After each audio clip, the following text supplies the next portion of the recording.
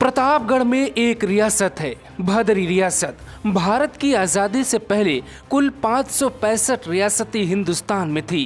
प्रतापगढ़ रियासत का इतिहास है। इस रियासत से 3 मुख्यमंत्री अलग अलग वक्त पे टकराए, 2 को झुकना पड़ा और तीसरे मुख्यमंत्री ने साहस दिखाते हुए भदरी रियासत को उजाड़ दिया। 3 मुख्यमंत्रियों की कहानी में आज आपको बताएंगे राजा भैया यानी रघुराज प्रताप सिंह की ताकत के पीछे की कहानी क्या है। ऐसे कई बाहुबली नेता यूपी में पैदा हुए जिन्हें कभी न कभी सत्ता से समझौता करना ही पड़ा। फिर रघुराज प्रताप सिंह कभी सत्ता के सामने क्यों नहीं झुके? उनमें ऐसा क्या है कि एक निर्दलीय विधायक की दुश्मनी हमेशा सत्ता के शीर्ष पर बैठे मुख्यमंत्रियों से होती रहती है। ये कहानी जानने के लिए हमें चलना होगा आज से 75 साल पहले।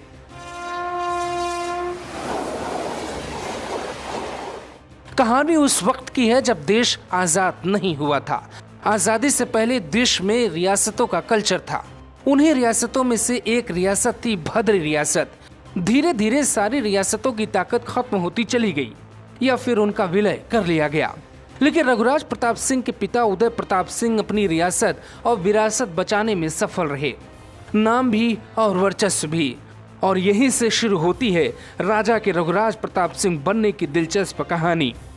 राजा के आंगन में पैदा हुए रघुराज प्रताप सिंह को अंदाजा नहीं था कि मायावती, अखिलेश यादव और कल्याण सिंह जैसे मुख्यमंत्रियों से उन्हें चुनौती मिलेगी और एक मुख्यमंत्री ऐसी होंगी जो उनकी रियासत को कागज की किश्ती की तरह जिधर चाहेंगे उधर घुमा देंगे। तो आज सुनिए मायावती का वो दौर जब वो रघुराज प्रताप सिंह को गुंडा समझती थी और बदले के भाव में रियासत को खत्म करने, राजा को तोड़ने, अपमानित करने तक की सारी कोशिशें भी की गई। कल्याण सिंह से दोस्ती के साथ ही राजा भैया और मायावती से दुश्मनी की लकीर खिंच गई थी। 1997 में मायावती से समर्थन लेकर राजा ने कल्याण सिंह को समर्थन दिया। इसके बाद ही दोनों तरफ से जुबानी युद्ध शुरू हो गए। यहाँ एक बात समझने वाली है, मायावती उस वक्त के निर्दलीय विधायक से क्यों टकरा रही थी और राजा भैया उस वक्त की उभरती हुई नेता और कई बार मुख्यमंत्री बनने वाली मायावती से क्यों पंगा ले रहे थे। कुछ लोग कहते हैं कि दोनों अपनी अपनी सीमा में बहुत ताकतवर हैं, जिसको जहां मौका मिलेगा वो वहां पटखनी देगा। बस यहीं से शुरू हो गई राजा भैया के जेल जाने की कहानी। साल 2002 में मायावती की पुलिस ने किडनैपिंग के आरोप में जेल में डाल दिया।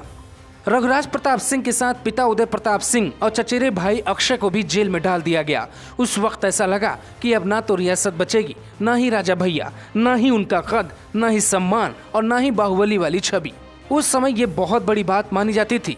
भदरी रियासत को हिलाने वाली मायावती को इस बात का आभास था कि जनता के प्रति सम्मान को कुचल देने से राजा का राज खत्म हो जाएगा।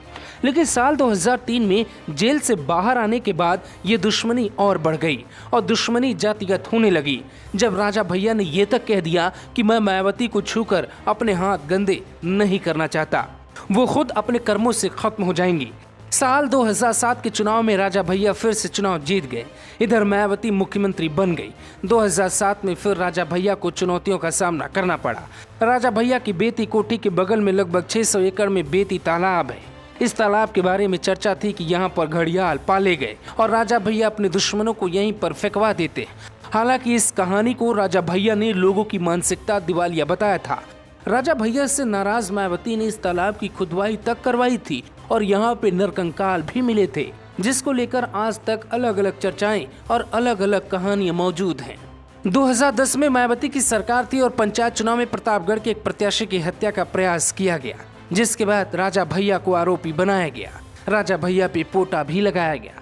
राजा भैया को खत्म करने की हर कोशिश मायावती ने की थी, लेकिन मुख्यमंत्री रहते हुए एक बाहुबली को खत्म करने की कहानी पूरी नहीं हो पाती है। मायावती सत्ता से चली जाती हैं और उसके बाद राजा भैया की दोस्ती अखिलेश यादव से होती है। लेकिन ये दोस्ती ज्यादा दिन नहीं चली और फिर दोनों अलग हो गए। अखिलेश और राजा की दोस्ती की कहानी दुश्मनी में कैसे बदली, ये कभी और। नमस्कार।